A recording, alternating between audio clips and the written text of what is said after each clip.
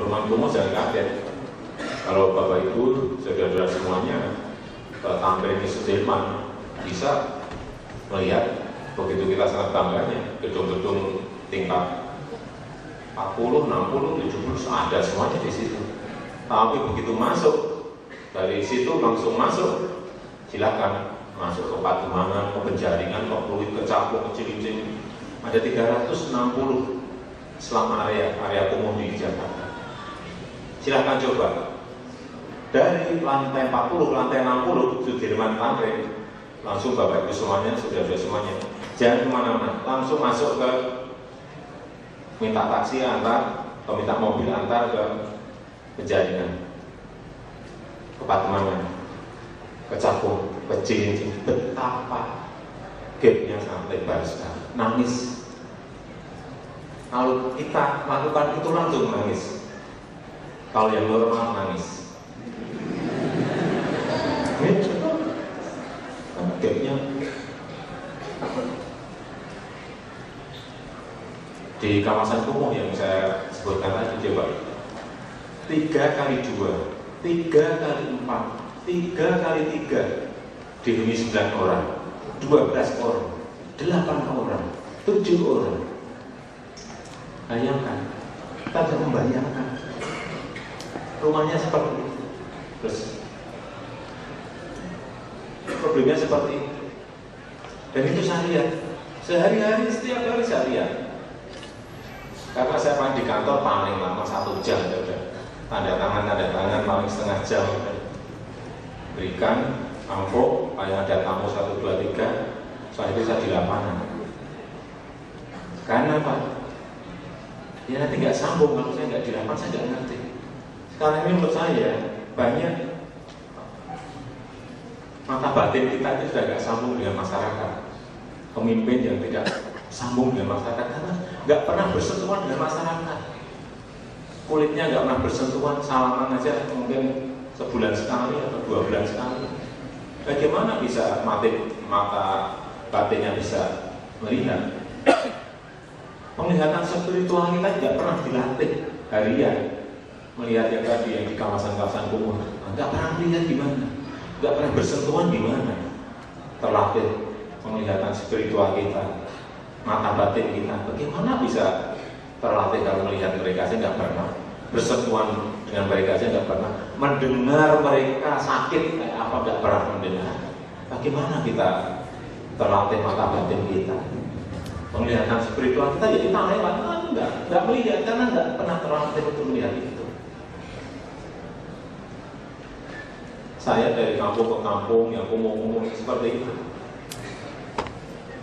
Waktu di Jakarta baru dilatih melihat betul, melihat mereka bagaimana mengeluh, melihat bagaimana mereka tergeletak, sakit nggak bisa masuk rumah sakit, anaknya sakit nggak bisa masuk rumah sakit, bapaknya sakit nggak bisa masuk rumah sakit, ibunya sudah di rumah sakit nggak bisa dibawa pulang ke rumah. Bukan hanya ribuan, bukan hanya puluhan ribu, ratusan ribu. Ini fakta dan nggak usah saya tutup-tutupi. Saya waktu ke Jakarta masuk, saya tanya berapa orang miskin yang ada di Jakarta, diberikan ke saya 3,8%. 3,8 kok sedikit sekali.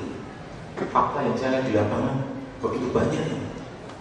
Ya Pak, 3,8 Pak. Nah kok yang di lapangan banyak sekali ya? Iya Pak, yang miskin 3,8, yang rentan miskin 37%. Yang miskin 3,8%, yang rentan miskin 37%. Saya tanya, apa bedanya miskin dan rentan miskin? Bingung kan? Itu hanya penghalusan. Saya lihat di lapangan yang rentan miskin yang miskin. Saya takut ya, dan kita ini senang menghalus-haluskan seperti itu. Nanti ada miskin, ada rentan miskin, ada hampir miskin, tambah lagi diduga hampir miskin. Ini ya banyak istilah-istilah, padahal juga sama miskin gitu aja. Terus saya buka aja lah, kita ini berapa sih? Tapi bagaimana menyelesaikan itu yang paling penting. Itu yang paling penting, menyelesaikannya seperti apa. Waktu saya dilantik, dan sebulan saya keluarkan ini selalu kemana-mana saya bawa. Saya keluarkan kartu Jakarta Sehat.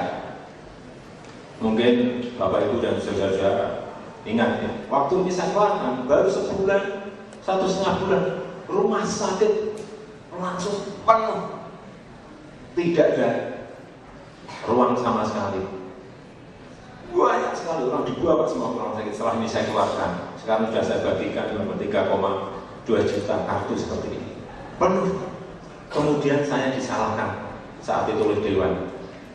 Ini program yang tidak direncanakan, program yang langsung dadakan dikeluarkan. Ini saya membangun sistem baru, dan maka di-impeachment saat itu. Dan kita makzulkan saya Jokowi, kita buat dia jatuh dan mundur. Gara-gara kalau saya gara-gara ini saya mengeluarkan kartu Jakarta Sehat dan saya dimakzulkan, dan berhasil saya dimakzulkan dan saya mundur di impeachment.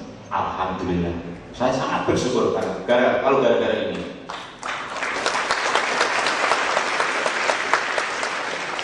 Ya, saat itu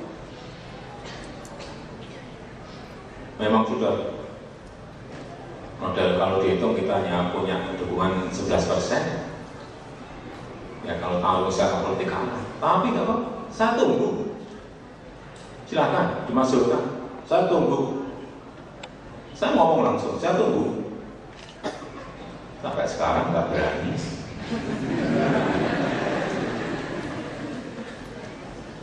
Karena apa ya? Faktanya ini dibutuhkan masyarakat. Ya memang karena sudah bertumpuk-tumpuk bertahun-tahun, masyarakat sakit semuanya. Mereka nggak bisa ke rumah sakit. Dan ke rumah sakit, ya inilah tanggung jawab kita. Ya ditangani. Setelah 4 bulan ya normal kembali. Dulu ngantri juga ngantri, saat jam 2 malam sudah ngantri ambil nomor. Karena apa? Punya harapan untuk sembuh. Saya datang tiap hari datang. Saya tanya gimana sudah dapat nomor, Bu? Mas sudah, senang banget. Sudah Pak, saya sudah dapat kamar Pak, tapi masih nunggu 5 hari lagi Pak. Tapi senang sekali, ada harapan gitu. Meskipun masih nunggu 5 hari, tapi ada harapan. Sebelumnya hanya tergeletak di rumah. Inilah fakta.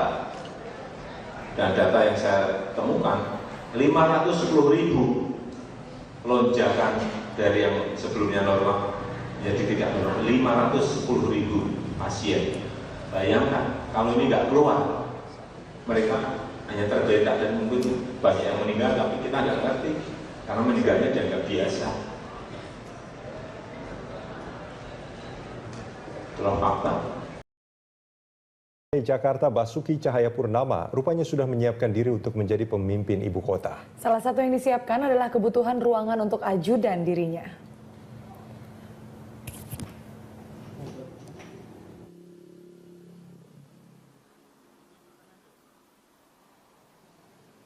Ahok mengatakan rumah pribadinya di kawasan Pluit, Jakarta Utara sudah disiapkan untuk dijadikan rumah dinas sejak 2011 lalu.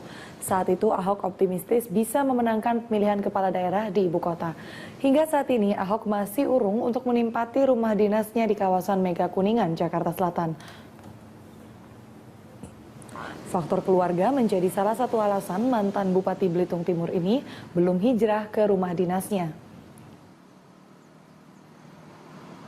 Enggak, aku juga pakai rumah dinas. Kadang-kadang kita suruh adik saya bersihin. Kan kalau saya lagi macet atau ada keperluan yang malam, saya nginep tidur siang di sana. Kalau malam, orang dari rumah dinas ke sini juga 20 menit.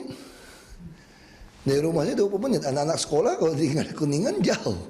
Faktor keluarga jadi banyak. Iya, keluarga jauh kan. Terus rumah dinas juga kalau ngomong jujur, rumah saya lebih siap untuk ajudan, untuk polisi semua tinggal kamar-kamarnya. Tanya aja sama ajudan, lebih senang di rumah pribadi saya apa rumah dinas. Rumah dinas itu betul-betul nggak siapin untuk kamar-kamar ajudan sopir itu nggak ada loh. Bapak ketika menyiapkan rumah Saya waktu mau jadi gubernur saya udah bikin rumah dirancang khusus gubernur. Nah itu rumah saya itu saya rancang 2011 khusus untuk rumah gubernur. disiapkan Iya. semuanya. Semua lengkap deh rumah saya, loker-loker semua lengkap. Bapak akan tahu Pak ya Namanya kan